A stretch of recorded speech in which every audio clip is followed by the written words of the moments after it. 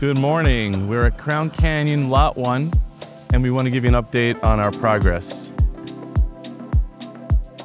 Today, we're in the middle of May of 2023, and if you look out, you can see this massive sloped roof line with this massive fascia that will be wrapped in brake metal.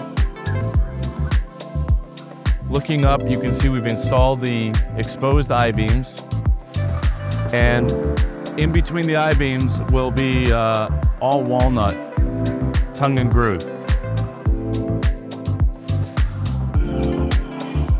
Looking at this wall here is the exposed fluted block as we walk into the home.